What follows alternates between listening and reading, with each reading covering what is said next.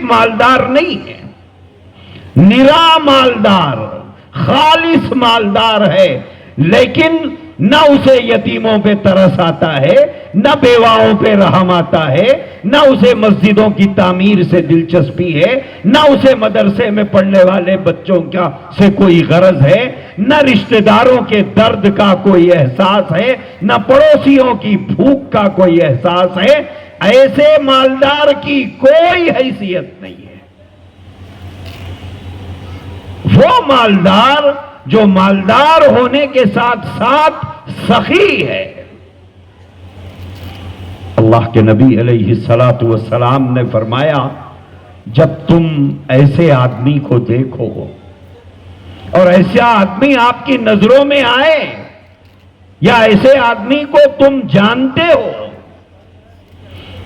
جو اللہ کے بندوں پر اور دین کے تقاضوں پر اسلام کی سربلندی کے لیے، اسلام کی حفاظت کے لیے اور امت محمدیہ صلی اللہ تعالی علیہ وآلہ وسلم کے غریبوں، مجبوروں، یتیموں، بیواؤں، بے آسروں پر خرچ کرتا ہو۔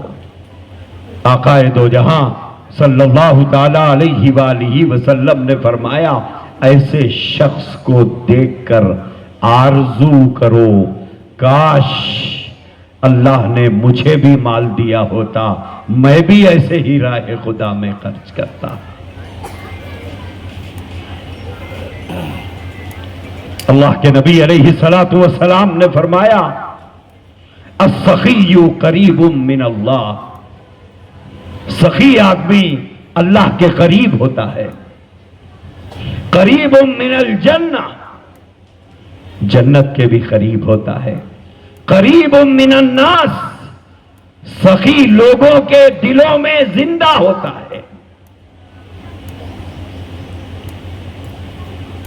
بعید من النار، جہنم کی آگ سے دور ہوتا ہے۔ کیوں؟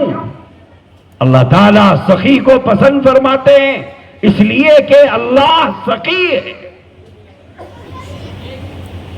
جب بارش برساتے ہیں، مالداروں کے کھیتوں پہ بھی برستا ہے، غریب کے زمین کے ٹکڑوں پر بھی برستا ہے۔ جب پھل لگتے ہیں، امیروں کے درختوں پہ بھی لگتے ہیں، غریبوں کے درختوں پہ بھی لگتے ہیں، اس کو ماننے والوں کے درختوں پہ بھی لگتے ہیں، اس کی شان میں بے ادبی کرنے والوں کے درختوں پہ بھی پھل لگتے ہیں۔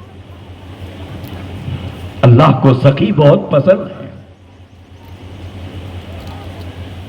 بخیل کے بارے میں اللہ کے نبی نے فرمایا، والبخیل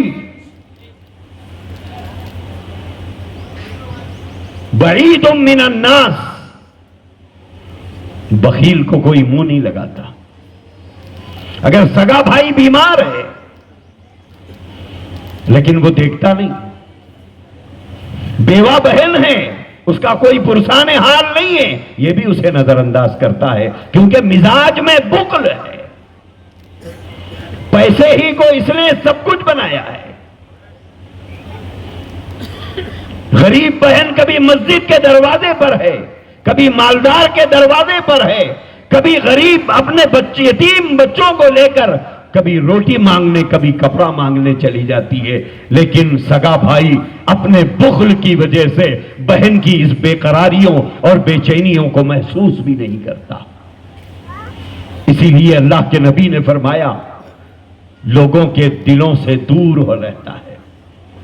اگر سگا بھائی مدد نہیں کرتا، پڑوسی مدد کرتا ہے، ہماری بہن یا بھائی یہ کہتے ہیں، ہم ہمارے بھائی کو بھائی کہتے ہوئے شرم آتی ہے، بھائی تو یہ ہے جو ہمارے پڑوس میں ہے۔ اللہ کے نبی نے فرمایا، لوگوں کے دلوں سے دور ہوگا، جنت سے دور ہوگا، اللہ سے دور ہوگا، قریب من النار، جہنم کے بہت قریب ہوگا، وہ جہنم کے قریب ہوگا۔ تو پہلی بات یہ یاد رکھنا چاہیے، اللہ تبارک و تعالیٰ نے اگر مال دیا ہے، دولت دی ہے، تو یہ صرف آپ کا یا آپ کے بچوں کا حق نہیں ہے، صرف آپ کا حق، آپ کے بچوں کا حق نہیں، اس میں اللہ تبارک و تعالیٰ نے یتیموں کا حق رکھا ہے، غریبوں کا حق رکھا ہے، بیواؤں کا حق رکھا ہے، مجبوروں کا حق رکھا ہے، بیماروں کا حق رکھا ہے۔